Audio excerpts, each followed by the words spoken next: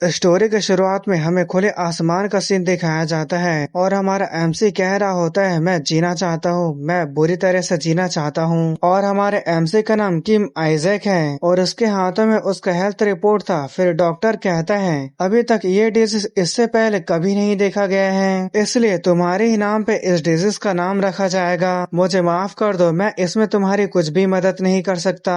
तुम्हारे पास अब सिर्फ 6 महीने ही बचे हुए हैं। और इन बातों को सोचकर आइजैक सदमे में होता है और वो सोच रहा होता है ऐसा नहीं हो सकता, मैंने अपनी पूरी जिंदगी किसी चींटी के जैसे काम की है। फिर आखिरकार मैं सेटल होने वाला था, लेकिन अब मैं मरने वाला हूँ। और इन सब की वजह से ना तो वो सिग्नल देख रहा होता है और ना ही वो ये देख रहा होता है कि वो गाड़ी से टकराने वाला है। फिर एक पर्सन उसे गाड़ी से टकराने से बचाने के लिए उसे धक्का देता है और वो जमीन पर घुटने के बल गिर जाता है। लेकिन आइजैक तो यहाँ पर अपने ही सदमे में था और वो कांपते हुए सोच रहा होता है डेथ सेंटेंस आखिर इतना अनफेयर क्यों है। और उसके जेब से एक लॉटरी का टिकट जमीन पे नीचे गिर गया था, जिसे देखकर वो सोचने लगता है आज के दिन मैंने सबसे बेस्ट लॉटरी जीती थी, इसलिए मैं जीना चाहता हूँ, मैं नहीं मरना चाहता, मैं किसी भी तरह किसी भी चीज के साथ खुश रहूंगा। फिर वो रोते हुए कहता है तो प्लीज मैं नहीं मरना चाहता, मैं जीना चाहता हूँ। लेकिन ऐसा कहने के साथ ही मैं जिंदा था, लेकिन मैंने कभी ये नहीं कहा था कि मैं इस स्टेट में जिंदा रहना चाहता हूँ। मुझे रीइंकार्नेट के लिए चुन लिया गया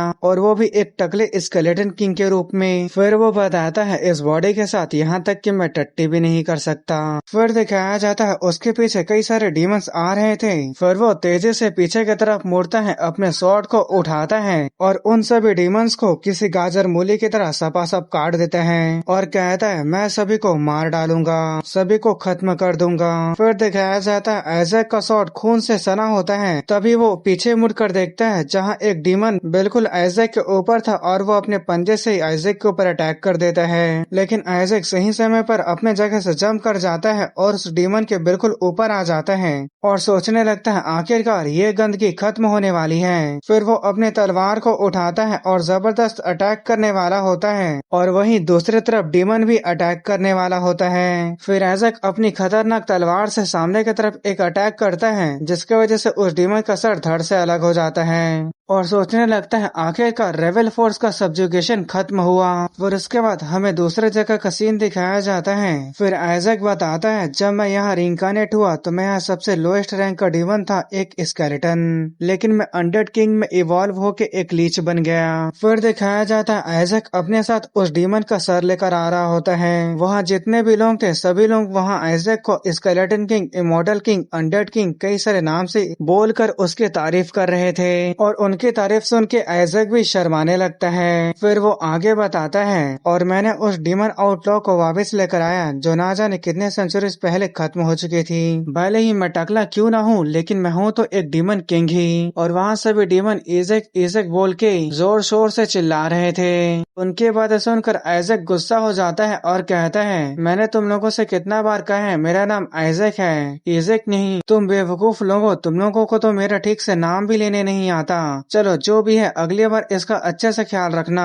फिर तभी वो वहाँ से जाने लगता है, तभी पीछे से कोई डीमन पूछता है डीमन किंग आप कहाँ जा रहे हैं। फिर आइजैक कहता है मैं अपना पेमेंट लेने जा रहा हूँ, अभी भी मेरा आखिरी गोल बाकी है और ये सब उस बेकार से खाने के लिए है और वो सब करने के लिए है जिससे मैं फिर से एक ह्यूमन बन सकूं। फिर इसके बाद हमें दूसरे जगह का सीन दिखाया जाता है जहाँ पर आइजैक उस डीमन का सर लेकर आ गया था, जिसे देखकर सामने खड़े सभी लोग हैरान हो जाते हैं और उनके सामने आइजैक खड़ा होता है। फिर बताया जाता है कि ये डिवाइन रियाल्म है और यहाँ पर 5 सबसे पावरफुल गॉड थे और उन सभी के सामने था आइजैक उस डीमन का कटा हुआ सिर के साथ। फिर आइजैक कहता है मैंने उन सभी को खत्म कर दिया है जो लोग तुम्हारे खिलाफ जा रहे थे, अब एग्रीमेंट यहीं पर खत्म होता है, मैं सही कह रहा हूँ ना, इसलिए अब मेरे कॉन्ट्रैक्ट के हिसाब से मुझे ह्यूमन बना दो। फिर वहाँ बात करने लगते हैं क्या तुमने सभी लोगों को हरा दिया, मुझे तो लगा था कि ऐसा करने में तुम्हें कम से कम 500 साल लग जाएंगे, सच में ये काफी पागलपन है। फिर तभी एक गॉड दूसरे गॉड से कहता है मैंने सुना है कि सभी हाई रैंकिंग नोबल ने मिलकर एक ग्रुप बनाया है और वो उसे बिना पेमेंट दिए जी तोड़ मेहनत करवाते हैं। फिर आइजैक कहता है मैं तुम्हारी बातें सुन सकता हूँ, आखिर तुम लोग इस तरह की बातें क्यों कर रहे हो, तुमने कहा था कि अगर मैं उन सभी को मार दूंगा जो तुम्हारे खिलाफ जा रहे थे तो तुम मुझे ह्यूमन बना दोगे, तुम लोगों ने जैसा कहा मैंने वैसा किया।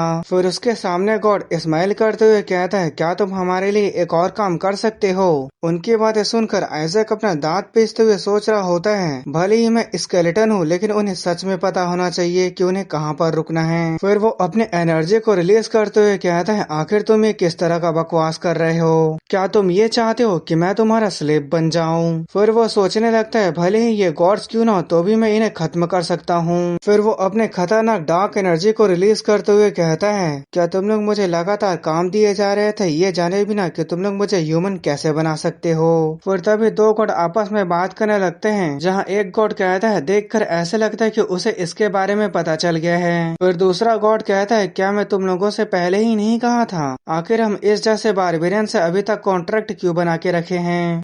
फिर आइजैक कहता है, क्या यही सब है जो तुम कहना चाहते हो? और इन सब के अलावा तुम लोग फॉरबिडन टेक्निक का यूज करते हो समनिंग के लिए। न ही तुम लोग किसी चीज को क्रिएट कर सकते हो और न ही किसी चीज को डिस्ट्रॉय कर सकते हो। पर मैं अब कोई जिंदा भी नहीं हूँ, मैं एक अनडेड बन चुका हूँ। अब जब तुम लोग मुझे ह्यूमन में नहीं बदल सकते तो क्यों ना मैं एक ऐसी एबिलिटी का यूज करूँ जिसकी वजह से डिवाइन रियल में भी काफी बड़े खतरे में पड़ जाए, वो भी एक ह्यूमन की वजह से। फिर वो गॉड्स कहते हैं, हमें कुछ और समय दे दो, अगर तुम हमारे कुछ रिक्वेस्ट को पूरा कर देते हो। फिर तभी आइजैक उनकी बातों को काटते हुए कहता है, पेमेंट के तौर पे तुम लोगों ने जो प्रॉमिस किया था तुम लोग उसे तो पूरा कर नहीं पा रहे हो। उसकी इतनी ज्यादा डार्क एनर्जी देख के गॉड भी डरने लगते हैं। फिर वो हंसते हुए कहता है, मैं तुम सभी लोगों को स्केलेटन में बदल दूंगा। और उसकी वो टेरिफाइंग एनर्जी पूरे डिवाइन रियल्म में फैली जा रही थी। और यहाँ पर आइजैक अपने हाथ में एक बड़े से अटैक को बनाता है और वो काफी ज्यादा हंस रहा होता है। फिर तभी वो अटैक अचानक से उसके हाथों से खत्म होने लगता है और उसकी सारी डार्क एनर्जी एक ही पल में खत्म हो जाती है। फिर वो कहता है, अचानक से मेरी सारी मैजिक कहाँ गायब हो गई और मैं अपने बॉडी को हिला क्यों नहीं पा रहा? फिर तभी एक गॉड स्माइल करते हुए कहता है, जिसका नाम मैंने यहाँ पर लिखा हुआ है, तुम हिल नहीं सकते। और उसके हाथों में एक चमकती हुई फेदर होता है जिससे उस गॉड ने एक कीड़े के ऊपर आइजैक का नाम लिखा था। फिर वो कहता है, ये एक ऐसा डिस्ट्रक्शन है जिसे जड़ से खत्म करना चाहिए। तो तुम्हारे जैसे एकमात्र डीमन की हिम्मत कैसे हुई हमारे खिलाफ होने की? तुम्हें ग्रेटफुल होना चाहिए था कि तुम हमारे हाथ और पैर हो, लेकिन अब तुम एक कीड़े की तरह जिंदगी जियोगे। फिर आइजैक गुस्सा होते हुए कहता है, अगर ऐसा था तो तुम लोगों ने इसके जगह फरी पाइन के कैटरपिलर को क्यों नहीं यूज किया? फिर वो गॉड कहता है, तुम डीमन कहीं के, क्या तुम अभी भी बालों के लिए ऑब्सेस्ड हो? फिर दिखाया जाता है उस कीड़े से एक जबरदस्त रोशनी चमकने लगती है। फिर तभी वो गॉड सामने देख के हैरान हो जाते हैं और आइजैक हंसते हुए कह रहा होता है, तुम बेवकूफ गॉड लोग, अगर तुम्हें ऐसे करना था तो तुम्हें इसे पहले ही कर देना चाहिए था। और उसी तरह की रोशनी आइजैक से भी निकलने लगती है। फिर वो हंसते हुए आगे कहता है, मैं एक कीड़ा बनने के जगह अपने आप को मारना पसंद करूंगा। और वो यहाँ पर अपने सेल्फ डिस्ट्रक्शन को चालू कर दिया था। सभी गॉड्स लोग उसके पास जाकर उसे रुकने के लिए कहते हैं, लेकिन आइजैक यहाँ पर नहीं रुकने वाला था और आइजैक के पास से जबरदस्त एनर्जी रिलीज होने लगती है। फिर वहाँ पर एक बड़ा सा ब्लास्ट होता है। फिर उसके बाद वहाँ के गॉड को दिखाया जाता है जिन लोगों की भी हालत काफी ज्यादा खराब हो गई थी और वो लोग कह रहे होते हैं, वो सच में एक पागल था, उसने अपने आप को ही खत्म कर दिया। फिर तभी वहाँ एक गॉड आते हुए कहता है, रिचुअल एक्टिवेट हो गया है। फिर तभी वही गॉड जिसने नाम लिखा था वो कहता है, रिचुअल एक्टिवेट हो गया, इसका मतलब डीमन किंग का सोल सील हो गया है। फिर तभी वो गॉड्स आपस में बात करने लगते हैं, अब जब डीमन किंग यहाँ से चला गया है तो हमारी पावर हमें वापस मिल जाएगी। फिर दूसरा गॉड कहता है, हाँ ये सही है, जब भी कोई डीमन खत्म होता है तो हमारी पावर बढ़ जाती है। फिर तभी तीसरा गॉड कहता है, ये अभी आराम करने के लिए काफी जल्दी है, हमें नहीं पता कि यहाँ कौन सा बड़ा खतरा है जो कभी भी यहाँ आ सकता है, इसलिए हमें एक परफेक्ट वेसल बनाना होगा सेंट के लिए जो ह्यूमन वर्ल्ड में रहेगा और वो हमारे लिए डीमंस को मारेगा।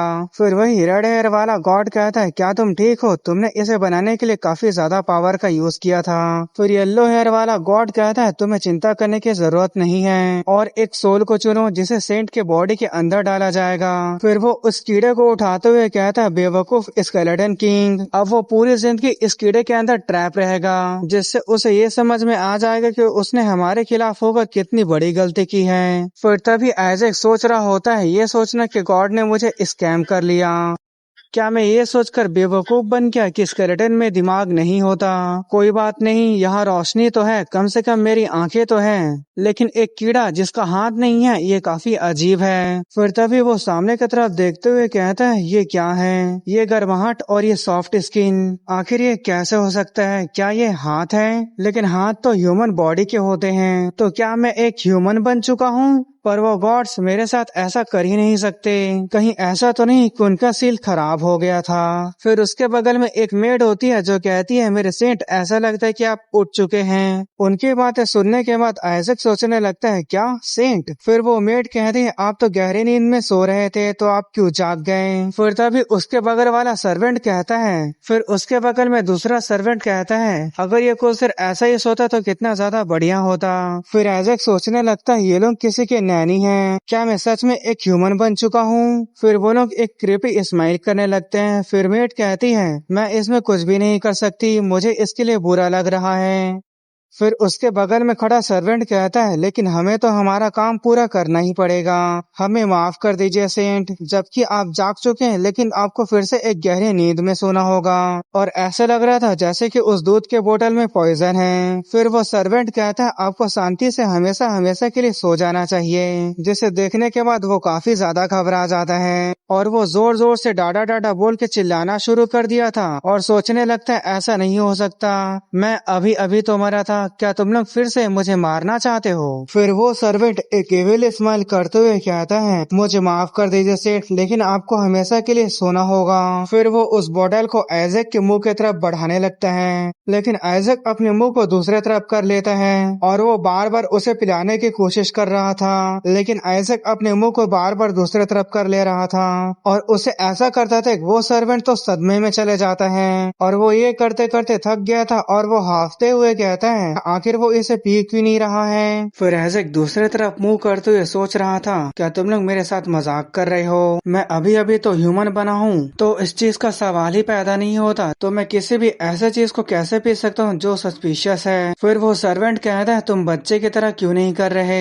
इसे पीकर सो जाओ, अब अपना मुंह खोलो और इसे पी लो सर आइजैक। उस सर्वेंट के मुंह से आइजैक का नाम सुन के आइजैक हैरान हो जाता है और वो पीछे मुड़ जाता है और सोचने लगता है क्या तुमने मुझे अभी आइजैक कहा? फिर आइजैक पहले की बातों को याद करते हुए सोचने लगता है, ये तो मेरा असली नाम का अल्टरनेट प्रोनाउंसिएशन है आइजैक। ऐसा लगता है उन्होंने आइजैक की जगह इज़ेक का यूज किया था। अब मुझे समझ में आ गया, इसीलिए मैं सील नहीं हो पाया। और इन सबसे बड़ी बात, मैं एक ऐसे बच्चे के बॉडी के अंदर रीइंकार्नेट हुआ हूँ जिसका नाम भी मेरी तरह है। फिर वो एक एविल स्माइल करते हुए सोचने लगता है, वो बेवकूफ कहीं के, वो इतने बड़े बेवकूफ थे कि उन्होंने अपनी ही सील को फेल कर दिया। फिर तभी सर्वेंट उसके मुंह में उस बोतल को डाल देता है और आइजैक अपने हाथ पैर को चटपटाते हुए सोचने लगता है, नहीं ऐसा मेरे साथ मत करो। फिर सर्वेंट मेड से कहता है, इसे पिलाने में मेरी मदद करो, ये बच्चा काफी स्ट्रांग है। फिर तभी उसे पीने के बाद वो सोचने लगता है, क्या ये वेजिटेबल जूस है? लेकिन इसका टेस्ट काफी ज्यादा बेकार है, क्या ये लोग मुझे इतना बेकार सा टेस्ट देकर मुझे मारना चाहते हैं? मैं अभी नहीं मरना चाहता, मैं बड़ी मुश्किल से तो एक ह्यूमन बना हूँ। मुझे ऐसे महसूस हो रहा है जैसे कि मेरे बॉडी के अंदर कोई बुरा चीज इंटर कर रहा है। और उसके सामने वो सर्वेंट और मेड आइजैक को पिलाते हुए एविल स्माइल कर रहे थे। फिर उसके बाद होली हेलान एम्पायर के सेंट्रल ईस्टर्न टेम्पल का सीन दिखाया जाता है, जहाँ पे बिशप का सीन दिखाया जाता है और वो चलते चलते सोच रहा था, अभी तक उस काम को उन लोगों ने पूरा कर ही दिया होगा। फिर तभी उसके सामने एक पर्सन आ जाता है जो कहता है, बिशप ऐसा लगता है तुम काफी ज्यादा अच्छे मूड में हो। फिर उसके बाद बताया जाता है कि ये होली हेलान एम्पायर का एम्परर है, अलेक्जेंडर हेथक्लिफ हेला। फिर वो लोग झुकते हुए कहते हैं, हम लोग एम्पायर के सन मतलब सूरज को ग्रीट करते हैं। फिर एम्परर कहता है, बिशप तुम यहाँ क्या कर रहे हो? फिर बिशप कहता है, हम यहाँ जोशुआ फैमिली के सेंट कैंडिडेट को ग्रीटिंग्स देने आए हैं। आखिरकार सेंटा सेंट के लिए इतना ज्यादा चिंता है कि वो अपने आप को खुद नहीं रोक पा रहा है। फिर एम्परर कहता है, मैं समझ गया ये सेंट के बारे में है, इसलिए तुम खुद आए हो, पर अगर सेंट को सेंटा स्टेटस देने के बावजूद भी कुछ एक्सीडेंट हो गया तो तब तो ये बहुत ज्यादा बुरा होगा। और उसके बातें सुनकर बिशप भी घबराने लगता है। फिर तभी पीछे से जोर से चिल्लाने की आवाज आती है, जिसे सभी लोग हैरान होकर उस तरफ देखने लगते हैं। और यहाँ पर बिशप एक एविल स्माइल कर रहा था। फिर तभी एम्परर उस आवाज को सुनकर दौड़ते हुए जाते हैं और दरवाजा को खोलकर चिल्लाते हुए कहते हैं, मेरा बेटा कहाँ है, और उसके सामने वही मेड होती है जो आइजैक को थोड़ी देर पहले बोतल से पिला रही थी। वो बात ऐसा है कि यंग मास्टर जो है, और यहाँ पर अलेक्जेंडर को काफी ज्यादा बुरी फीलिंग आ रही थी। फिर मेड आगे कहती है वो काफी ज्यादा क्यूट है, जरा उनका मोटा सा पेट तो देखो। और यहाँ पर आइजैक अपने पेट को पकड़ के काफी ज्यादा खुश था। फिर वो मेड आगे कहती है वो अच्छे तरह से खाना खा रहे हैं, जिस वजह से वो एक एंजल बेबी की तरह दिख रहे हैं। और वो सभी लोग आइजैक की तारीफ करने लगते हैं। पर वहाँ पे बिशप काफी हैरान होते हुए सोचने लगता है ये तो इम्पॉसिबल है, आखिर वो अभी तक जिंदा कैसे है। फिर वो बगल में बहुत सारे दूध के बोतल को देखता है, जिसे देखकर वो सोचने लगता है उन सभी के अंदर पॉइजन था। इतने सारे पॉइजन पीने के बावजूद भी आखिर कोई कैसे जिंदा रह सकता है। और इन बातों को सोच सोच कर वो काफी ज्यादा गुस्सा होने लगता है। फिर उसके बाद हमें कुछ मिनट पहले का सीन दिखाया जाता है। मुझे ऐसा महसूस हो रहा है जैसे कि मेरे बॉडी के अंदर कोई बुरी चीज अंदर जा रहा है, मैं फिर से नहीं मरना चाहता।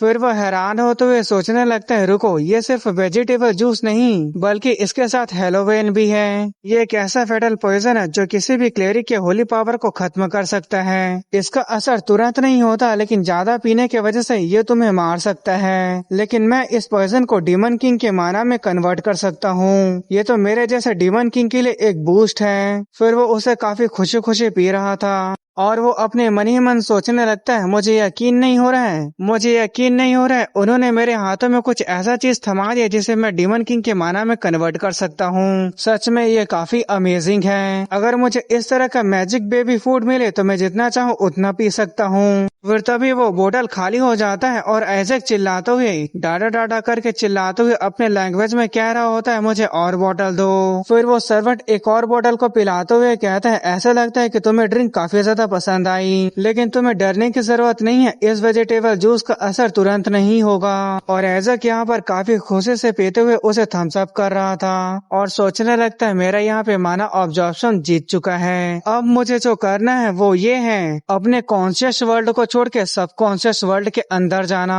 और इस वर्ल्ड के सबसे गहराई में जाना जहाँ इस वर्ल्ड का ओरिजिन है, जहाँ पे मानाकोर बनता है। और वो वहाँ पर पहुँच के काफी खुश हो जाता है और सोचने लगता है अब मैं यहाँ पर सेफली पहुँच चुका हूँ, अब मुझे अपने काम पर ध्यान देना चाहिए। फिर दिखाया जाता है उसके दोनों हाथों के बीच उसका मानाकोर होता है और वो सोच रहा होता है मुझे माना को इकट्ठा करके मानाकोर में ऑब्जॉर्ब कराना होगा। मैजिक का यूज करने के लिए मानाकोर की जरूरत पड़ती है, इसलिए अगर मुझे कोई भी मैजिक स्पेल कास्ट करना है तो मुझे ये करना होगा। फिर तभी उस मानाकोर से जबरदस्त माना निकलने लगता है, जिसे देखकर आइजैक सोचने लगता है क्या ये एक मैजिक एक्सप्लोजन है। रुको, ये कोई मैजिक एक्सप्लोजन नहीं है। आमतौर पे माना को ट्रू कलर का होता है, लेकिन ये तो व्हाइट कलर का है। वैसे कलर कोई दिक्कत की बात नहीं है, मैं अपने माना को इस छोटे से माना कोर के अंदर सही से रख भी नहीं सकता, तो ये एनर्जी कैसी है। फिर वो स्माइल करते हुए सोचने लगता है जितना मैंने सोचा था ये तो मेरे उम्मीद से भी ज्यादा आगे निकला। फिर वो आगे बढ़ते हुए सोच रहा होता है पता नहीं इस छोटे से बॉडी के अंदर कितनी सारी ब्लेसिंग्स है, अगर ऐसे ही काम करता रहा तो मैं एक ऐसा ग्रेट मॉन्स्टर बन जाऊंगा जिसे मैं कभी सोच भी नहीं सकता। फिर जब वो मानाकोर के पास पहुंचता है तो वहाँ पर आइजैक लिखा हुआ था और उसके नीचे सर्वाइव लिखा हुआ था। फिर वो सर्वाइव के ऊपर क्लिक कर लेता है और वो अपने फर्स्ट लाइफ को याद करते हुए सोचने लगता है मेरा जो सबसे ज्यादा डेस्परेट डिजायर था वो मेरे सोल के गहराई के अंदर है और वो है सरवाइव करना। मैं जीना चाहता हूँ, मैं बुरी तरह से जीना चाहता हूँ, मैं इसके लिए कुछ भी कर सकता हूँ। यही एक ओरिजिन था जिसके वजह से मैं स्केलेटन किंग बना था और मैंने एक स्पेशल बफ और स्किल बनाया था और अब मैं इस बॉडी के अंदर उन सभी स्पेल को इनहेरिट करने के लिए मैनेज कर सकता हूँ। और दिखाया जाता है आइजैक के नीचे डीमन किंग का एक उल्टा रिफ्लेक्शन बना होता है। फिर उसके बाद बाहर का सीन दिखाया जाता है जहाँ आइजैक बेहोश था और सर्वेंट उसे देखते हुए कहता है क्या वो मर गया। फिर मेड कहती है तुम इसे चेक क्यों नहीं करते। फिर तभी आइजैक अपने हाथ को ऊपर उठाता है जिसे देखकर वो सर्वेंट रोते हुए कहता है वो अभी भी जिंदा है। फिर आइजैक को दिखाया जाता है जो अपने लैंग्वेज में कुछ बोल रहा होता है और आइजैक यहाँ पर बोल रहा होता है मुझे और बोतल दो, मुझे और स्ट्रांग बनना है। फिर हमें प्रेजेंट का सीन दिखाया जाता है जहाँ एम्परर कहता है ये राहत की बात है कि यहाँ कुछ भी गड़बड़ गड़बड़ नहीं हुआ। उनकी बातें सुनकर आइजैक सोचने लगता है, मैं तो असैसिनेट होने वाला था, मैं तो मरते मरते बचा हूँ। फिर तभी आइजैक बिशप की तरफ देखते हुए सोचने लगता है, आखिर उसे क्या हुआ, वो मेरी तरफ घूर घूर के क्यों देख रहा है, क्या मैंने कुछ ज्यादा खा लिया है इसलिए ये मुझे घूर घूर के देख रहा है। जो भी हो, मैं यहाँ कुछ भी ऐसा नहीं कर सकता जिससे इन्हें मेरे ऊपर शक हो। मुझे बस बेवकूफों की तरह हरकतें करनी है और बस स्माइल करना है। पर बिशप उसकी वजह से उल्टा और भी ज्यादा गुस्सा हो जाता है। फिर बिशप सोच रहा होता है आखिर उसके साथ क्या दिक्कत है, उसे या तो अभी मर जाना चाहिए था या तो खून की उल्टी करना चाहिए था, लेकिन इसके बदले वो मुझ पर हंस रहा है और इस वजह से वो और भी ज्यादा गुस्सा होने लगता है। फिर उसके बाद हमें कुछ दिन पहले सेंट्रल पेपेसी का सीन दिखाया जाता है। जो सेंट बनेगा वो पूरे एम्पायर के ऊपर राज करेगा। ये क्या मजाक है, सभी लोग कह रहे हैं कि उसका बच्चा सेंट बनेगा, यहाँ तक कि छोटे मोटे हाउसेस भी उसे सेंट मान रहे हैं। फिर बिशप कहता है आपको चिंता करने की जरूरत नहीं है, जितने भी बाकी सभी सेंट कैंडिडेट है मैं उन सभी का अच्छे से ख्याल रखूंगा।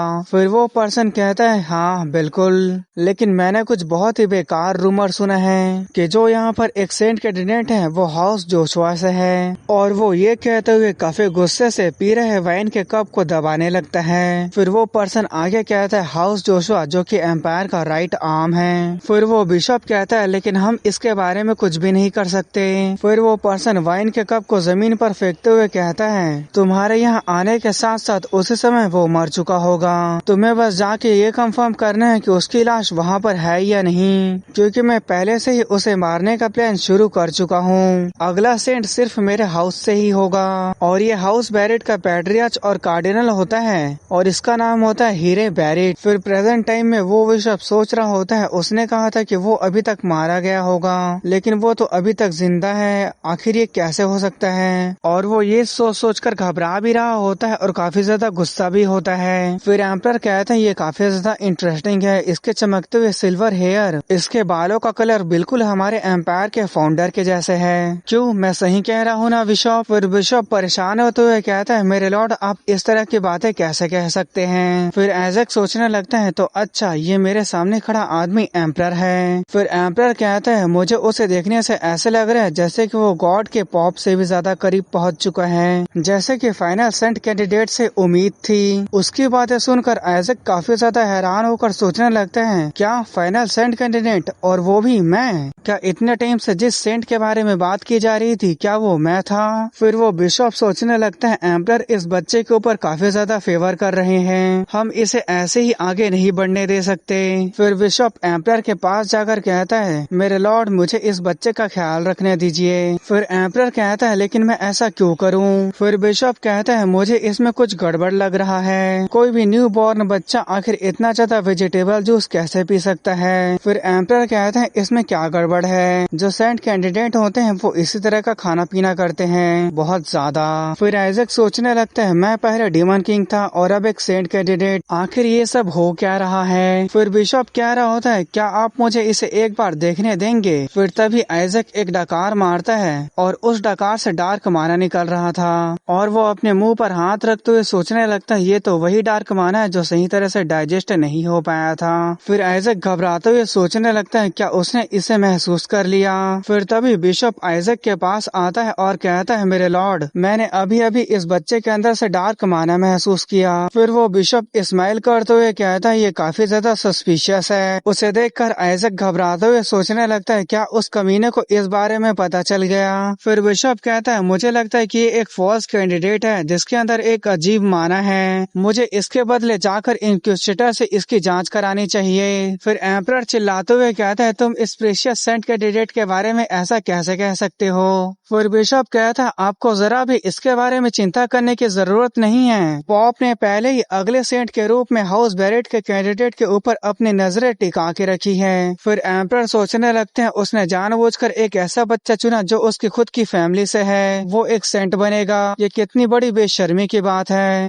और ये बात आइजैक को भी समझ में आ गया था। फिर वो सोचने लगते हैं तो इसीलिए ये लोग मुझे मारना चाहते हैं ताकि मैं उस बच्चे के सेंट बनने के रास्ते में रुकावट ना बनूं। फिर बिशप अपने दोनों हाथ से आइजैक को उठा लिया होता है और कहता है ऐसा लगता है अब मुझे इसे इंक्विजिटर के पास ले जाना चाहिए। उसकी बातें सुनकर आइजैक बिशप को अपने मन ही मन काफी ज्यादा गाली दे रहा होता है। फिर तभी एम्परर उसे रोकते हुए कहता है हाउस जोशुआ रॉयल कोर्ट के काफी करीब है। एम्परर के रूप में मैं इसे स्ट्रांगली रिकमेंड करता हूँ कि इसे अभी भी सेंट कैंडिडेट माना जाए। फिर बिशप कहता है मैं आपकी बातों को समझता हूँ मेरे लॉर्ड, लेकिन पॉप ने पहले ही कह दिया है क्राउन प्रिंस को तब तक ब्लेसिंग नहीं मिलेगी जब तक ये तय नहीं हो जाता कि अगला सेंट कौन बनेगा। उसकी बातें सुनकर एम्परर हैरान हो जाते हैं और सोचने लगते हैं अगर मैं पॉप के चुने हुए बच्चे को सपोर्ट नहीं किया तो वो क्राउन प्रिंस को ब्लेसिंग देने से मना कर देंगे। फिर वो बिशप कहता है यही पॉप की इच्छा है। उसकी बातें सुनकर आइजैक उसे अपने मन ही मन गाली देते हुए कहता है ये मेरे लिए काफी ज्यादा बुरा है अगर उन्हें पता चल गया कि मैं कौन हूँ। फिर तभी उसका ध्यान अपने हाथ में रखे बोतल की तरफ जाती है और बिशप आगे कह रहा होता है हम इसे यहीं पर चेक कर सकते हैं मेरे एग्जॉर्सिज्म पावर से। अगर ये ह्यूमन निकला तो ये सेफ है, पर अगर ये डीमन निकला तो हम इसे तुरंत मार देंगे। फिर तभी आइजैक होली पावर का यूज करते हुए अपने बोतल से बिशप के चेहरे पर एक जोरदार मारता है जिसकी वजह से उसके मुंह से खून निकलने लगा था और उसके दांत भी टूट जाते हैं और उसे देखकर आइजैक स्माइल करने लगता है। फिर उसके बाद वो एक मासूम सा चेहरा बना लेता है और सोचने लगता है सब भाड़ में जाए, अब जब मैं बच्चा हूँ तो मैं एक बच्चे की तरह ही बर्ताव करूंगा।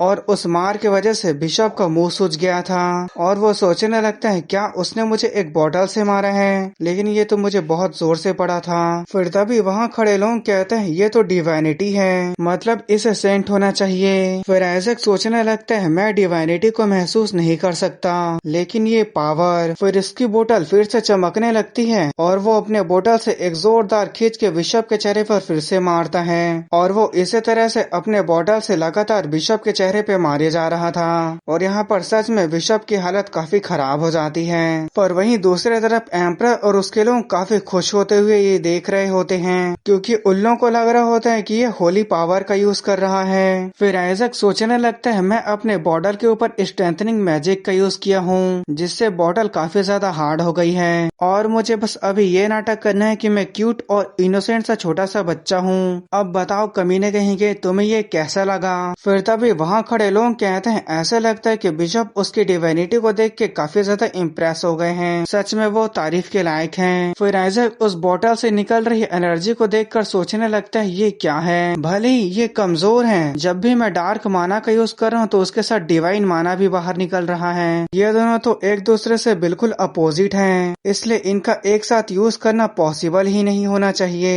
क्या ऐसा हो सकता है कि ये उस व्हाइट माना कोर की वजह से हो रहा है। फिर तभी वो बिशप उस बोतल को अपने हाथ से पकड़ लेता है और वो आइजैक को घूर घूर के देखने लगा था। फिर वो उस बोतल को फेंकते हुए कहता है मैं हर एक चीज की कसम खाते हुए कहता हूँ कि ये बच्चा पक्का हेरेटिक है। हेरेटिक मतलब जो लोग गॉड के खिलाफ होते हैं, इसलिए हमें इसके ऊपर अभी कभी एक्सोर्सिज्म को यूज करना चाहिए। फिर तभी आइजैक अपने मन ही मन कहता है बेवकूफ कमीने कहीं के, मुझे इन सब की जरूरत बिल्कुल भी नहीं है। फिर तभी आइजैक उस बिशप के कपड़े के अंदर अपना हाथ अंदर डालता है और वहाँ से वो किसी चीज को निकालता है और वो एक कटा हुआ हाथ होता है जो कपड़ों से लिपटा होता है और उसके ऊपर एक नेकलेस होता है और उसे देखकर आइजैक सोचने लगता है सच में तुम्हारे पास काफी इंटरेस्टिंग चीज है और उसे देखकर बिशप काफी ज्यादा घबराने लगता है। फिर हमें बताया जाता है हाई रैंकिंग डीमन के बचे हुए पार्ट जिसे टोटेम कहते हैं और इस ऑब्जेक्ट का यूज किया जाता है उन डीमन के एबिलिटी को यूज करने के लिए और उन पावर को ऑब्जॉर्ब करने के लिए जो स्केलेटन किंग के थे।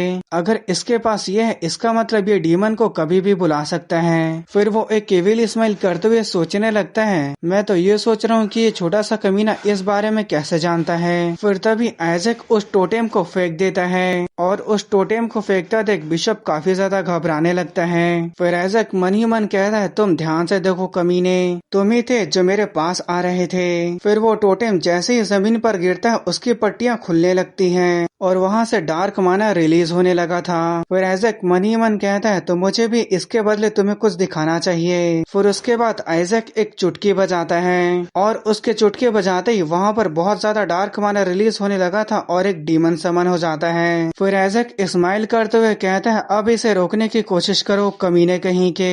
उसे देखकर वहाँ सभी लोग घबरा जाते हैं और कहते हैं ये तो एक शैडो लीच है। फिर एम्परर कहते हैं बिशप मासा बेरेट आखिर इन सब का मतलब क्या है? टेम्पल के अंदर डीमन को समन करना क्या तुम्हारा दिमाग ठिकाने में भी है? फिर बिशप अपनी सफाई देने लगता है पर एम्परर उसकी बिल्कुल भी कुछ नहीं सुनते और कहते हैं टोटे मरे हुए डीमन को बाइंड करके रखा रहता है, लेकिन तुम्हारी हिम्मत कैसे हुई ऑन द स्पॉट टेम्पल में डीमन को रिवाइव करने की? फिर उसके बाद एम्परर अपने लोगों को ऑर्डर देते हैं सभी लोग उस बच्चे को बचाओ उस बिशप और उस डीमन से। फिर वो लोग ऑर्डर पे आगे बढ़ जाते हैं और उनमें से एक जाकर बिशप के हाथों से आइजैक को ले लेता है। फिर बिशप चिल्लाते हुए कहता है आखिर तुम ऐसा कैसे कर सकते हो? फिर आइजैक काफी खुश होते हुए सोचने लगते हैं ये तुम्हारे लिए बिल्कुल सही था। फिर तभी वो शैडो लीच की तरफ देखता है जहाँ एम्परर के नाइट उस शैडो लीच को पकड़ लिए होते हैं और उसे देखकर आइजैक सोचने लगते हैं तो चलो देखते हैं बिशप कितना ज्यादा स्ट्रॉन्ग है। फिर तभी वो शैडो लीच सेंट सेंट बोल के चिल्लाने लगता है और शैडो लीच जोर से चिल्लाते हुए कहता है मैं सेंट को मार दूंगा, जिसकी बातें सुनकर आइजैक को कुछ भी समझ में नहीं आता। फिर वो शैडो लीच आइजैक की तरफ आगे बढ़ते हुए कहता है मैं सेंट को मार डालूंगा। फिर तभी उसके सामने एम्परर के नाइट आ जाते हैं और कहते हैं हमें यंग मास्टर को प्रोटेक्ट करना है। फिर आइजैक सोचने लगता है अचानक से उसे क्या हुआ, उसके साथ क्या दिक्कत है? मैं मानता हूँ कि मैंने उसे जिंदा किया है लेकिन वो मुझे क्यों मारना चाहता है? और वो उसके बारे में काफी सोच रहा होता है। फिर वो स्माइल करते हुए सोचने लगता है होली नाइट मुझे प्रोटेक्ट कर रहे हैं तो मुझे चिंता करने की कोई भी जरूरत नहीं है। फिर तभी उसके बगल से एक होली नाइट फेंकाता है और दीवार में जाके टकरा जाता है। उसे देखकर आइजैक हैरान होते हुए सोचने लगता है क्या ये सचमुच एक होली नाइट था? फिर वो शैडो लीच एक होली नाइट के ऊपर अपने क्लॉ से अटैक करते हुए कहता है सेंट को मारना है, इम्प्रेजेंट किंग को बचाना है, और उस अटैक की वजह से वो होली नाइट फेंका जाता है। उसे देखकर आइजैक सोचने लगता है पहले मुझे इसे रोकना होगा, इस कैओस में कोई भी मेरे डार्क माना को नोटिस नहीं करेगा।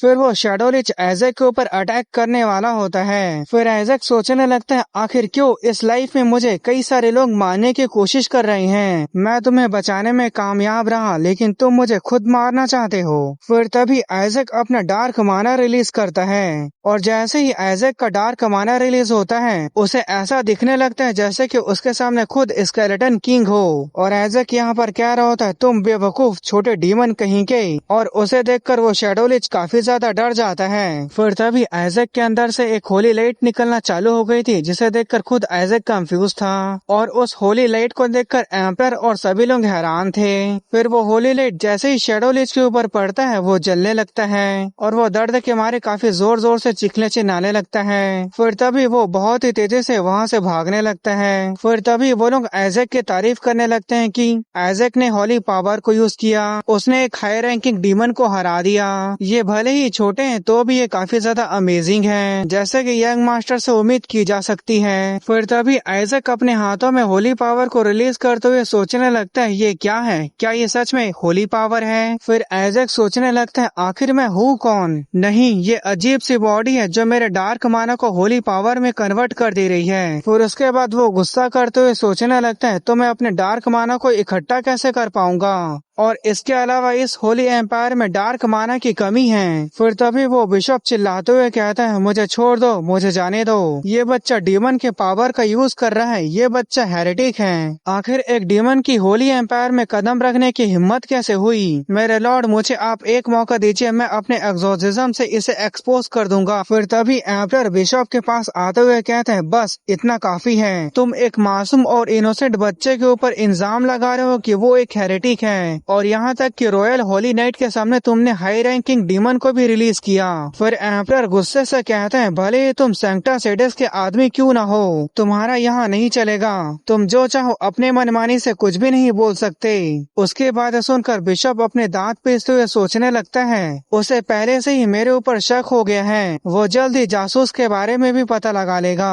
अगर ऐसा होता है तो सैंक्टा सेडेस के ऊपर बुरा असर पड़ेगा, भले ही मुझे मरना क्यों ना पड़े लेकिन मैं कम से कम अपने फैमिली के लोगों को बचा ही सकता हूँ। फिर तभी वो पीछे की तरफ अपनी उंगली से एक स्पेल कास्ट करने लगता है और सोचने लगता है तो मुझे अब ये करना ही होगा। फिर तभी उसके पीछे से एक बड़ा सा वुल्फ डीमन समन हो जाता है और वो बिशप सोचने लगता है कम से कम मैं सेंट कैंडिडेट को तो मार ही सकता हूँ। फिर वो वुल्फ डीमन आइजैक के ऊपर अटैक करने के लिए आगे बढ़ जाता है और आइजैक बड़े ही चिल होकर सोच रहा होता है आखिर उस बेवकूफ ने अपने असली रंग सभी के सामने दिखा दिया। उसे क्या लगता है कि एक मामूली सा अटैक मुझे मार सकता है। फिर तभी वो वुल्फ डीमन अपने जगह से गायब हो जाता है और वो आइजैक के बिल्कुल करीब पहुंच जाता है। फिर तभी आइजैक को यहाँ पर महसूस होता है कि उसके पास एक भी माना नहीं बचा है, उसने अपने सभी माना का यूज कर लिया है। फिर तभी एक घुमावदार अटैक आता है और उस अटैक की वजह से वो वुल्फ डीमन बुरी तरह से इंजर्ड हो जाता है और वहाँ पर एक सिल्वर हेयर वाला पर्सन आते हुए कहता है आखिर किसकी हिम्मत हुई जोशुआ के बच्चे के ऊपर हाथ उठाने की। और उसे देखकर होली नाइट भी साइड हो जाते हैं और कहते हैं ये तो डेवोट अजूरे हैं, ये तो जोशुआ के नाइट्स हैं। फिर उसके बाद हमें इस पर्सन के बारे में बताया जाता है कि ये हाउस जोशुआ का 7वां बेटा रिलाई जोशुआ है। फिर रिलाई कहता है बिशप को तुरंत अरेस्ट कर लो। फिर जोशुआ के नाइट कहते हैं जैसा आपका ऑर्डर मेरे लॉर्ड। फिर वो बिशप कहता है तुम जोशुआ के कुत्ते, तुम्हारी हिम्मत कैसे हुई मुझे छूने की। फिर तभी आइजैक सोचने लगता है क्या इन्होंने जोशुआ कहा, मैंने ये नाम कहीं तो सुना है पर मुझे याद नहीं आ रहा। फिर रिलाई कहता है सभी लोग अपना रिस्पेक्ट दिखाओ। फिर वो सभी नाइट झुकते हुए कहते हैं हम जोशुआ के बेटे को रिस्पेक्ट देते हैं। फिर रिलाई आइजैक के पास आते हुए कहता है आइजैक मुझे देर से आने के लिए माफ कर दो। फिर आइजैक सोचने लगता है इनका डिसिप्लिन और मैनर तो रॉयल होली नाइट से भी ज्यादा बेहतर है। फिर रिलाई कहता है मैं पहले की गलती को मानता हूँ, इसलिए हमने तुम्हारे लिए एक छोटा सा गिफ्ट तैयार किया है। फिर तभी एक जोशुआ का नाइट सामने आता है और अपने कपड़े में हाथ डालता है। उसे देखकर आइजैक सोचने लगता है पर जब वो उसे बाहर निकालता है तो एक छोटा सा स्केलेटन किंग होता है जिसके हाथ बंधे होते हैं। वो घुटने के बल बैठा होता है और उसके गर्दन के ऊपर दोनों तरफ से स्वॉर्ड लगा होता है। फिर वो नाइट कहता है ये स्केलेटन किंग का फिगर है जब उसे मौत की सजा दी गई। और उसे देखकर आइजैक के एक्सप्रेशन ऐसे होते हैं जैसे कि वो सदमे में चला गया हो। फिर वो नाइट आगे कहता है हमारे पास एक और ऐसा है जिसमें उसे जिंदा जला दिया गया है और एक और भी है जिसमें उसे टुकड़े टुकड़े करते दिखाया गया है। उनकी बातें सुनकर आइजैक सदमे में होता है और उसके मुंह से एक शब्द भी नहीं निकल रहा होता है। फिर वो रोते हुए मन ही मन कहने लगता है आखिर मैं इन जैसे पागल से भरे लोगों के घर में कैसे जिंदा रहूंगा, आखिर मैं इन जैसे लोगों के बीच जिंदा रहने के बारे में कैसे सोच सकता हूँ। फिर तभी उसे अचानक से याद आता है और सोचने लगता है इन्होंने जोशुआ कहा था, मुझे याद आ गया वो सेंटेंस मुझे मारने की कोशिश कर रही थी। फिर एक लड़की कहती है मेरा नाम जोशुआ है और मैं 45th सेंटेंस हूँ। फिर एक लड़का कहता है मेरा नाम ओक्स जोशुआ है और मैं 61st सेंटेंस हूँ। फिर उसके बाद एक और सेंटेंस कहती है तुम्हारे पास ऐसा करने का अधिकार नहीं है। फिर वो अपने सिर को पकड़ के कहता है मुझे याद आ गया वो सभी लोग जोशुआ फैमिली के लोग थे, मैं सिर्फ सेंट कैंडिडेट नहीं बना बल्कि एक सेंटेंस के फैमिली में पैदा भी हो गया। आखिर मैंने पिछले जन्म में ऐसे कौन से पाप किए थे जो मेरे साथ ऐसा हो रहा है। फिर तभी साइड से आवाज आती है वो जोशुआ के कमीने, जैसे सुनकर वो सभी लोग उसके तरफ देखने लगते हैं और ये बिशप होता है जो जोशुआ फैमिली के बारे में काफी बुरी बातें कह रहा होता है और वो गुस्से से कहता है मैं तुम्हारी असली पहचान को एक्सपोज कर दूंगा। उसके इस तरह की बकवास बातें सुनकर रिलाई काफी ज्यादा गुस्सा हो जाता है और अपने तलवार को निकालता है और बिशप के गर्दन के ऊपर एक स्लैश कर देता है जिसके वजह से बिशप के गले के ऊपर एक छोटा सा कट लग जाता है। फिर उसके सामने रिलाई कहता है तुम्हें ग्रेटफुल होना चाहिए कि जोशुआ के रहमदिल की वजह से मैंने तुम्हारा सिर नहीं काटा। फिर आइजैक सोचने लगता है वो मेरे काम का आ सकता है। अपने फैमिली के बारे में भला बुरा बोलने के खिलाफ उसे उस बिशप का सिर काटने में कोई भी दिक्कत नहीं था, पर शायद इस जस्टिफिकेशन की वजह से सिंटासेटिस उसके खिलाफ हो जाता। फिर तभी जोशुआ का एक नाइट कहता है यंग मास्टर को ऐसी चीजें नहीं सुननी चाहिए। फिर जो नाइट आइजैक को पकड़ा होता है वो कहता है यंग मास्टर सिर्फ अच्छी चीजों को ही देखते हैं और अच्छी चीजों को ही सुनते हैं। और उनकी ऐसी बातें सुनकर आइजैक सोचने लगता है ये सभी के सभी बेवकूफ लोग हैं। मुझे याद है अजूरे के जोशुआ, उनमें से कुछ ऐसे ओपोनेंट थे जो काफी ज्यादा स्ट्रॉन्ग थे। मेरे पुराने सबऑर्डिनेट अभी भी अजूरे के नाम सुन के कांप उठेंगे। फिर तभी पीछे से एम्परर आते हुए कहता है मैं तुम्हारा कर्जदार हूँ। फिर वो आगे कहते हैं सर रेला यंग मास्टर को इंपीरियल फैमिली बड़ा करने मतलब पालने पोसने में इंटरेस्टेड है। फिर रिलाई कहता है योर हाइनेस क्या आप मजाक कर रहे हैं, और वहीं आइजैक काफी खुश होता है कि इंपीरियल फैमिली मुझे पालेगी। फिर एम्परर कहते हैं होली एम्पायर के इंटरनल और एक्सटर्नल फोर्स यंग मास्टर को मारने की कोशिश कर रही है। मुझे यकीन है कि तुम्हें इसके बारे में अच्छे से पता होगा। ये बात सच है कि जोशुआ के लोग स्ट्रांग होते हैं, लेकिन डिबोट अजूरे क्या तुम सचमुच इतना काबिल हो कि तुम इस बच्चे को बचा सकते हो? पर रिलाई यहाँ पर चुपचाप शांत होता है। फिर आइजैक सोचने लगता है वो लोग आखिर किस बारे में बात कर रहे हैं। फिर एम्परर आगे कहते हैं खास तौर पे पॉप को ऐसा लगता है कि ये सिचुएशन उसके लिए बहुत बुरा है। उस छोटे बच्चे के बालों का रंग बिल्कुल होली एम्पायर के फाउंडर के जैसे है, और ऐसा भी हो सकता है कि स्केलेटन किंग भी उसके पीछे पड़ सकता है। फिर आइजैक सोचने लगता है मैं तो खुद स्केलेटन किंग हूँ, तो मैं अपने आप को क्यों मारने की कोशिश करूंगा। फिर रिलाई आइजैक को अपने हाथ में लेते हुए कहता है मुझे इसके लिए माफ कर दीजिए योर हाइनेस, लेकिन ये बच्चा जोशुआ के ब्लड लाइन का है और ये हम में से एक है, तो हम इसे अपनी तरह से पालेंगे। और रही बात पॉप और स्केलेटन किंग की, तो जोशुआ इन्हें संभालने में माहिर है। मेरा मानना है कि पिछली सेंटेस मेलिसा स्केलेटन किंग से फिर से दोबारा मिलके बहुत खुश होगी। फिर एम्परर कहता है मुझे यकीन है कि वो जरूर मिलेंगे। फिर रिलाई कहता है तो हम सेंटेस मेलिसा के डायरेक्ट डिसेंडेंट को इंपीरियल फैमिली को कैसे दे सकते हैं। उसके बाद सुनकर आइजैक हैरान होते हुए सोचने लगता है क्या मेलिसा मेरे डिवाइन रॉयल में अटैक करने से पहले वही मेरी लास्ट ओपोनेंट थी, और वो सबसे ताकतवर और पागल सेंटेंस भी थी जिससे फाइट करने में मुझे भी काफी मुश्किल का सामना करना पड़ा था। आखिर इस लाइफ में मेरे साथ हो क्या रहा है। और उसके बाद हमें बताया जाता है सेंटेंस क्या है। अनगिनत बार डीमन किंग से हारने के बाद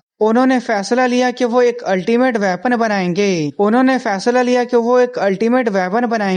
और वो था सेंटेस, गॉड द्वारा बनाई गई एक ऐसी हथियार जो इविल को पनिश कर सके, एक होली अटैक फोर्स जिसके पास होली लाइट हुआ करती है, होली एम्पायर का लाइट और नाइट ऑफ लाइट का हाईएस्ट रैंक, और उन सेंटेंसेस के पास ओवरवेलमिंग बैटल स्किल थी। उनका अटैक और डिफेंस ऐसा होता था कि जैसे वो गॉड के राइवल हो। उनके कॉकरोच जैसे सर्वाइवल इंस्टिंक्ट थी, सेल्फ सैक्रिफाइसिंग अटैक, लंबी लाइफ स्पैन, लेकिन इसके बावजूद भी स्केलेटन किंग रूथलेस था। फिर वो सोचने लगता है मैंने किसी भी सेंटेंस को नहीं मारा, मैंने कभी भी किसी सेंट को नहीं मारा, अगर मैं उन्हें मारता तो उल्टा मेरा ही नुकसान होता। सेंटेंस को मारने के बाद उनकी होली एनर्जी वापस गॉड के पास चली जाती है, जिससे वो और भी ज्यादा पावरफुल सेंटेंस बनाते हैं। लेकिन मेरी जो लास्ट ओपोनेंट सेंटेंस मेलिसा थी वो सच में काफी ज्यादा स्ट्रॉन्ग थी। ये सोचना कि मेलिसा मेरी इंसेस्टर है ये काफी हैरान कर देने वाली बात है। फिर रिलाई कहता है सेंटेंस एक ऐसा एक्सिस्टेंस है जो सिर्फ स्केलेटन किंग को मारने के अलावा और कुछ नहीं चाहता। जोशुआ ही एक ऐसे लोग है जो सेंटेंस को प्रोड्यूस करता है, और हमारा एकमात्र मिशन है जो लोग भी गॉड के खिलाफ है उन सभी लोगों को खत्म करना। मुझे यकीन है कि हाउस जोशुआ इस बच्चे को अच्छे तरह से प्रोटेक्ट कर सकता है। फिर तभी पीछे खड़ा नाइट कहता है वो सही बोल रहे हैं, क्या आपको पता है कि स्केलेटन किंग ने अपने हाथों से हमारे कितने सारे सेंटेंसेस को मारा है। फिर आइजैक अपने मन ही मन कहता है मैंने किसी भी सेंटेंस को नहीं मारा, स्केलेटन किंग ने हमारे एक सेंटेंस को अनवर्थी ओपोनेंट समझ के उसे भूल भुलैया में फंसा दिया। फिर आइजैक सोचने लगता है मैंने तो उसे छोड़ दिया था, अब उसे रास्ता नहीं पता था और वो खुद जाकर भूल भुलैया में फंस गई, तो मैं इसमें क्या कर सकता हूँ। 5 सेंटेंस फ्रस्ट्रेशन की वजह से मारी गई। फिर आइजैक सोचने लगता है उन्हें हॉस्पिटल जाना चाहिए था, और इन बातों से आइजैक काफी ज्यादा गुस्सा हो जाता है। फिर रिलाई कहता है तुम्हें चिंता करने की जरा भी जरूरत नहीं है, भले ही तुम कष्ट क्यों ना हो लेकिन हम सभी तुम्हें प्रोटेक्ट करेंगे। फिर आइजैक गुस्से से सोचने लगता है आखिर ये सभी चीजें मेरे साथ ही क्यों हो रही है। फिर तभी रिलाई उसे दोनों हाथ से उठाते हुए कहता है हम काफी खुशकिस्मत है कि तुम पैदा हुए, बस तुम्हारे पेरेंट्स तुमसे एक ही चीज चाहते हैं। फिर वो प्यार से कहता है और वो इसलिए ताकि तुम उस इविल स्केलेटन किंग की तरह बड़े ना हो जाओ। उसकी बातें सुनकर आइजैक का तो मुंह ही बन जाता है, और वो सोचने लगता है इसके अनोन पेरेंट्स जो भी हैं, मैं उनके सपनों और उम्मीदों को तोड़ने के लिए पहले से ही माफी मांगता हूँ। फिर एम्परर कहता है सर रिलाई समय लो और इसके बारे में अच्छे से सोचो, स्केलेटन किंग को सील हुए 150 साल हो गए हैं। फिर आइजैक सोचने लगता है इतना लंबा समय हो गया, मतलब मेलिसा अभी तक मर चुकी होगी, जब मैं उससे पिछली बार मिला था तो वो 50 साल की थी। फिर एम्परर आगे कहते हैं इस बीच स्केलेटन किंग ने अपने फोर्स को काफी ज्यादा बढ़ा लिया होगा।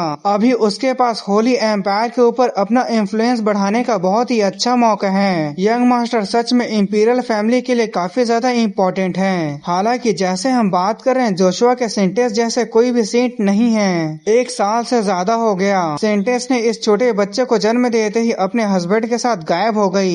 उसकी बात सुनकर आइजैक हैरान हो तो ये सोचने लगता है, क्या मेरी मदर सेंटेंस है? तो रिलाई कहता है, अगर मैं नहीं भी होता हूँ तो भी मैट्रियार्च काफी ज्यादा स्ट्रॉन्ग है। जोशुआ इस बच्चे को प्रोटेक्ट करने में काफी ज्यादा कैपेबल है। फिर आइजैक सोचने लगता है, अब मुझे हैरानी की आदत पड़ गई है। ये फैक्ट है कि मेरी मदर सेंटेंस है, मेरा खेल तो यहीं पर खत्म होता है। फिर तभी साइड से एक नाइट कहता है, मैंने सुना है कि मेलिसा स्केलेटन किंग के सबऑर्डिनेट को हराने के लिए गई है।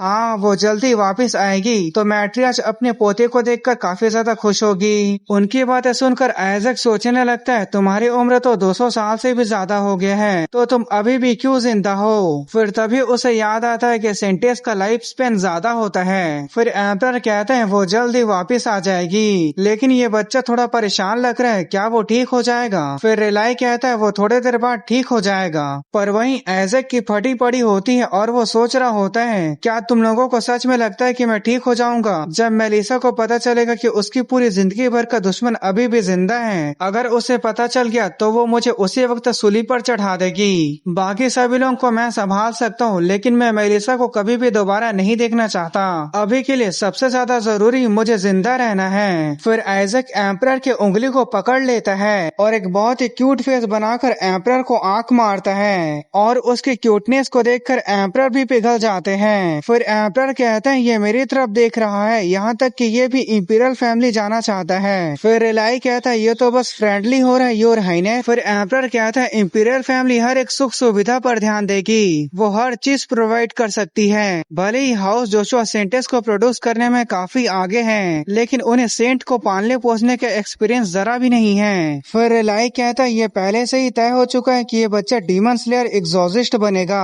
और हाउस जोशुआ एग्जॉर्सिस्ट ट्रेनिंग में सबसे बेहतर है। फिर तभी दोनों के बीच आइजैक को लेकर खींचातानी चालू हो जाती है और वो लोग बहस करने लगते हैं कि इसमें इंपीरियल फैमिली बेहतर है और रिलाई कहता है ये जोशुआ के लोगों में से एक है। और उन दोनों के खींचातानी के चपेटे में आइजैक आ जाता है और सोच रहा होता है, इसे यहीं पे रोको, मैं इंपीरियल फैमिली जाना चाहता हूँ और इसके अलावा मेरे जिंदा रहने की रोशनी सिर्फ एम्परर से ही दिखाई दे रही है, इसलिए मैं इस मौके को बिल्कुल भी नहीं गवा सकता।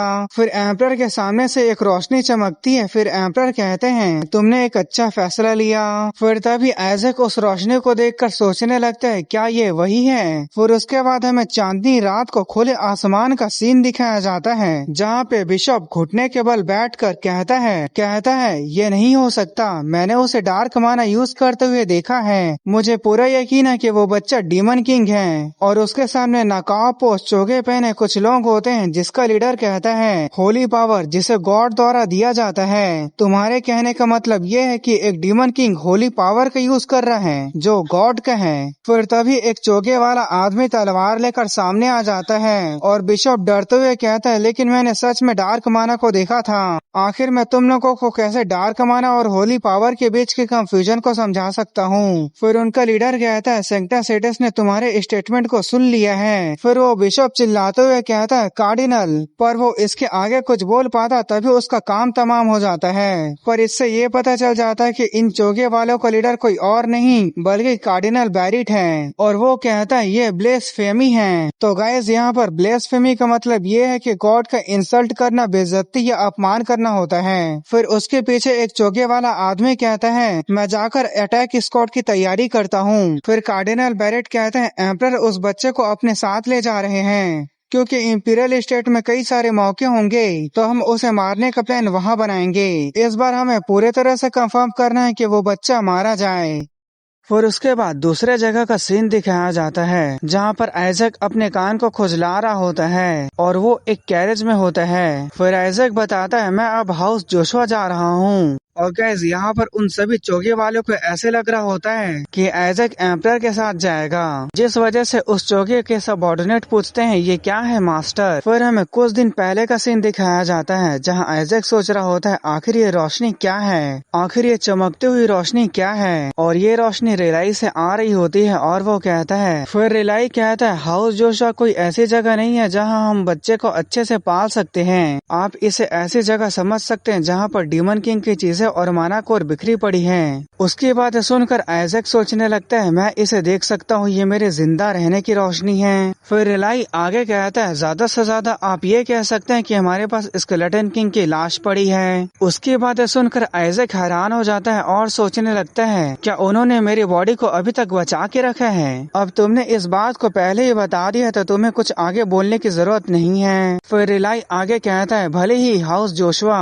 पर उसके आगे कुछ बोलने से पहले ही आइजैक उसके उंगली को पकड़ लेता है, जिसे देखकर रिलाई भी हैरान था। फिर वो अपने थम्स अप उंगली को फिर से दिखाता है, क्यूट फेस बनाता है और प्यार से डा करते हुए अपने लैंग्वेज में कहता है चलो जोशुआ चले। और उसके क्यूट स्माइल देखकर वो इतना ज्यादा शर्माने लगता है जैसे कि उसे खुलेआम किसी ने प्रपोज कर दिया हो। फिर उसके बाद प्रेजेंट टाइम का सीन दिखाया जाता है, मुझे इंपीरियल फैमिली से घसीटकर मिलिट्री में भेजा जा रहा है। अगर मैं अपने स्केलेटन किंग के बॉडी के ऊपर हाथ भी रखना चाहूँ तो भी मेरे पास ऐसा करने का एक भी मौका नहीं है। उस बॉडी में मैंने माना को इतना ज्यादा रिफाइन किया था कि वो गॉड को बराबर का टक्कर दे सकती थी। अगर मैं फिर से उसे वापस पा लिया तो 10th रैंक मेरे लिए कुछ भी नहीं है। और तो और ये पहली बार था जब मैंने जिंदा रहने की रोशनी इतना तेज देखी थी। इसका मतलब अगर मैं अंकल को फॉलो करता हूँ तो मुझे सरवाइव करने के लिए हाउस जोशो में जरूर कुछ न कुछ बड़ा फायदा मिलेगा।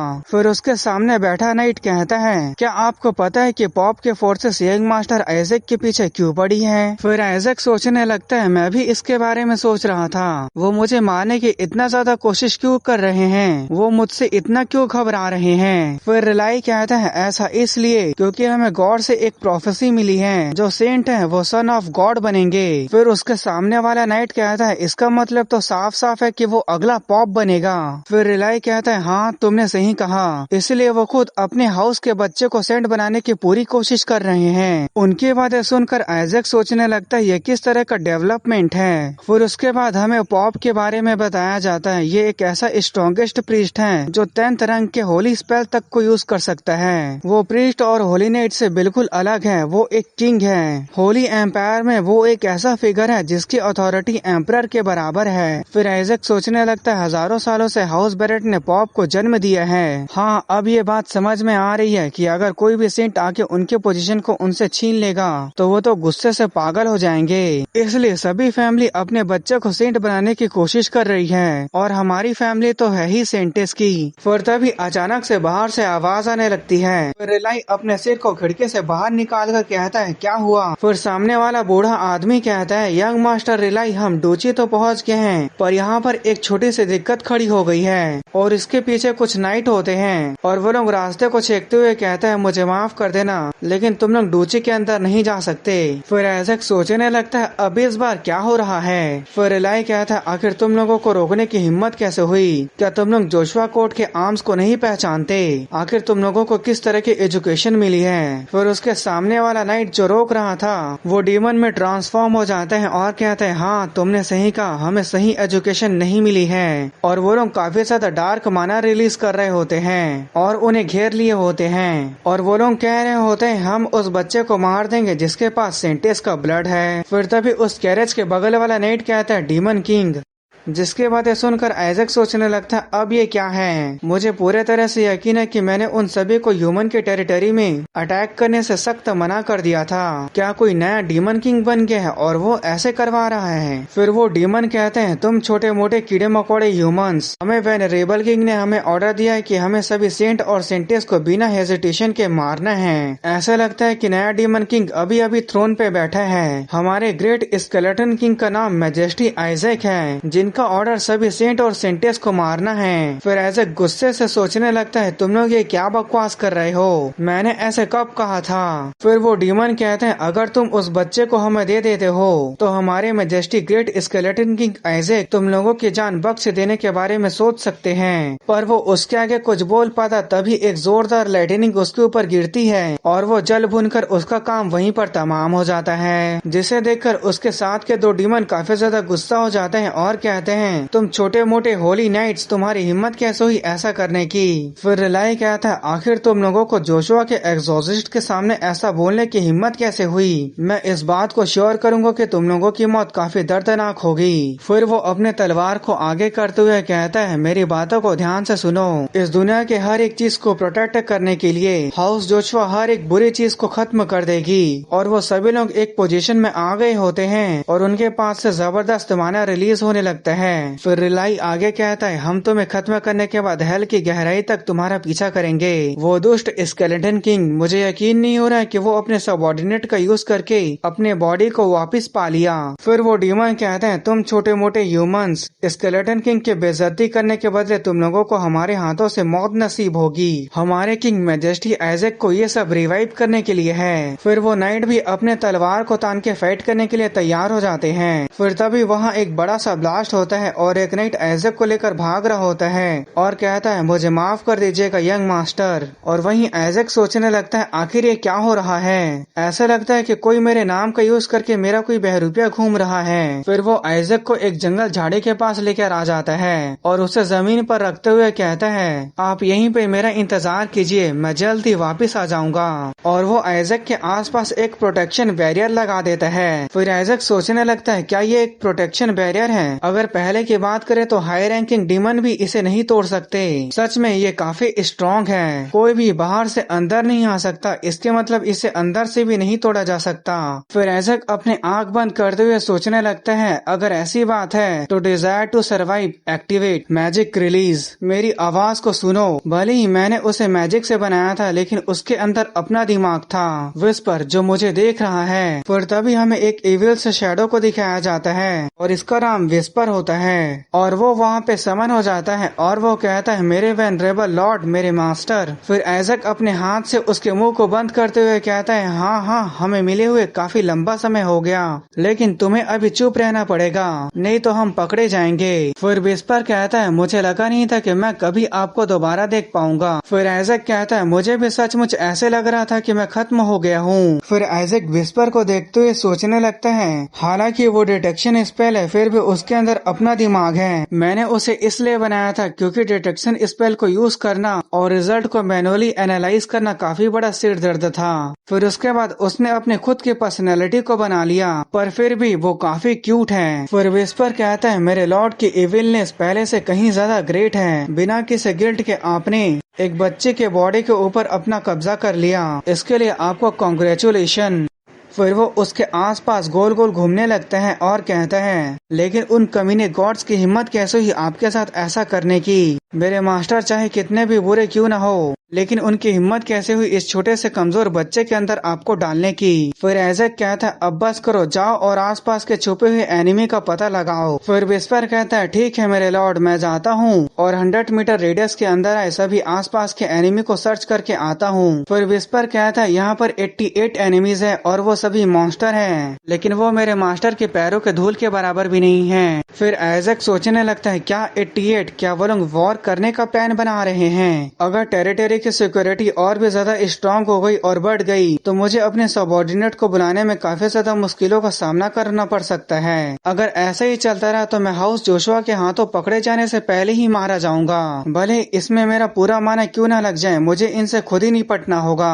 फिर विस्पर कहता है, अब 51 एनिमी बचे हुए हैं, एनिमी का नंबर बहुत जल्दी जल्दी कम होते जा रहा है, अब सिर्फ 31 एनिमी बचे हैं। फिर ऐसे कहता है, आखिर वो लोग इतना जल्दी खत्म कैसे होते जा रहे हैं। फिर विस्पर कहता है, अब सिर्फ 13 एनिमी बचे हुए हैं। फिर एक नाइट रिलाई को कहता है, यंग मास्टर, ऐसे लगता है कि कोई बहुत ही तेजी से हमारे तरफ आ रहा है। फिर रिलाई कहता है, सभी लोग डिफेंसिव फॉर्मेशन में आ जाओ। फिर विस्पर कहता है, अभी मात्र सिर्फ 4 एनिमी बचे हुए हैं। फिर एक डीमन कहता है, आखिरकार तुम यहाँ आ गए, तो चलो साथ मिलकर आज सेंट को खत्म कर देते हैं। पर वो उसके आगे कुछ और बोल पाता।